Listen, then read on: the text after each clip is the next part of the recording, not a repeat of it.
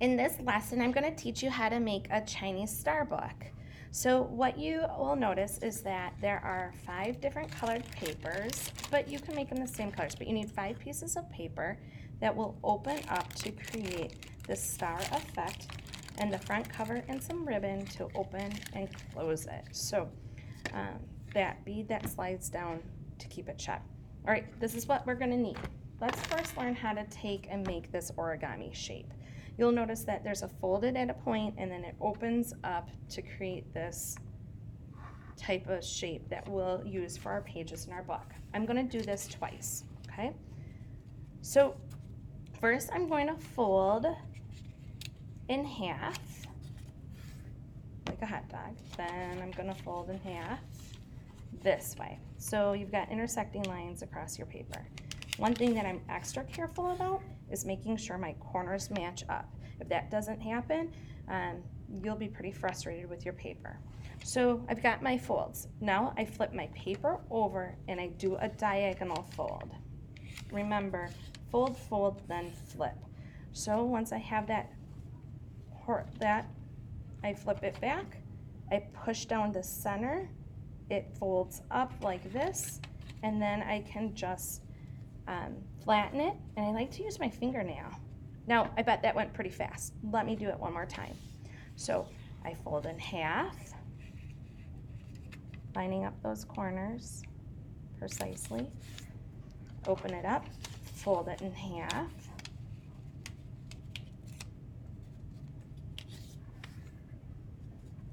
Open it up, flip it over, fold the diagonal. Making sure those corners do match up. Fold it or flip it, push it down, and then these come up and you slowly push down and flatten it using my thumbnail to fold down those corners. I happen to have all these others pre-made, so what happens next? This is a glue stick appropriate step. So I'm just going to go around my corners, making sure that I've got glue all the way around in those corners. And so there's a spot that opens, and then there's this corner. I want to make sure my corners always match up. So I find my opening, corner to corner, make sure they line up so my book is even. There we go. So now it should open like so. Okay, I'm going to keep on doing that. All the way around the edge. Use my pink, corner to corner. Okay, around my edge. I'm gonna make sure my corners and corners, I keep on turning my page, I wanna double check that it lines up. Find that corner first. Oh, this paper was smaller. I might do some trimming. I will trim that. Okay, from here, I'll go around my edges, corner to corner. There we go. Okay, so it should all open up like so, but you might have to occasionally make sure that they don't get stuck together and that they open up. Time for the covers. Okay, so you previously made some cool paper and now you've got another piece of cardboard. You have to decide what part of the design you like. Do you like the light swirly effect or do you like the bigger effect? Think about how you want to use your paper. And when you figure that out, I'm going to use this corner. I want to have like at least my finger width, if not more, around the edge, but there is some excess. So I'm going to cut some of this paper just to trim it so there's like a 1/2 inch around the edge. This time, glue bottle's appropriate.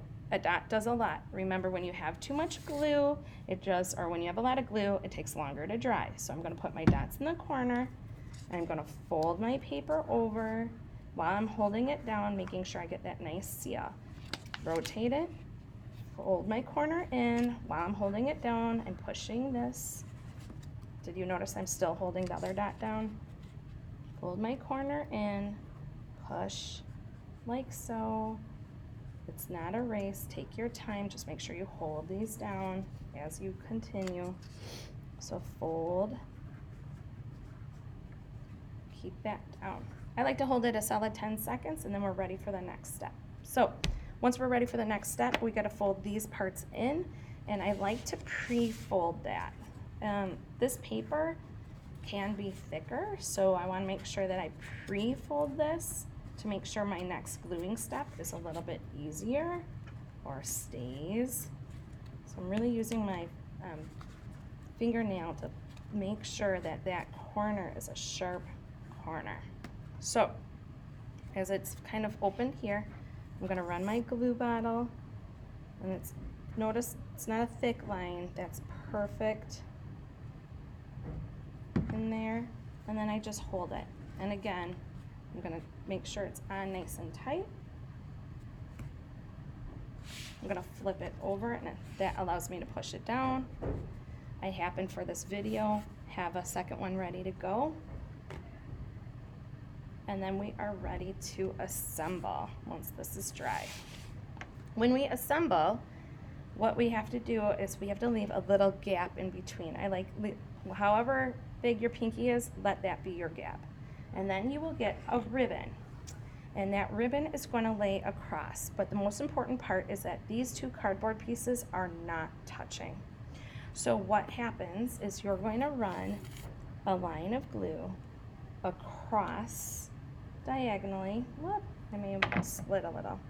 And I'm going to find my halfway point of my ribbon. So if this is my halfway point of my ribbon right here, I'm going to make sure that it ends in the middle of these two pieces of cardboard. I'm going to just run my finger this way, and I'm going to smooth out that glue.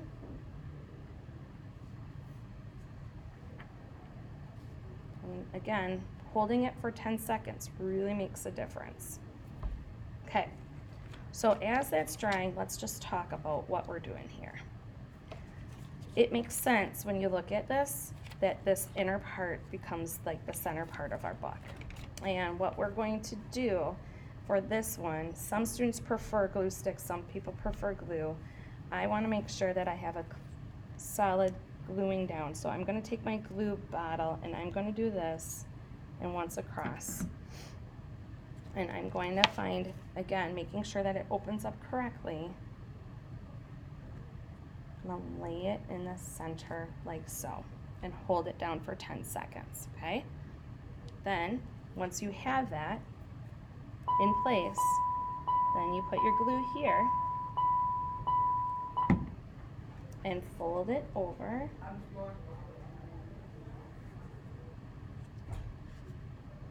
And then hold it down like this. At that point, you can string on your bead and you should be done with your book. All right, good luck, have fun.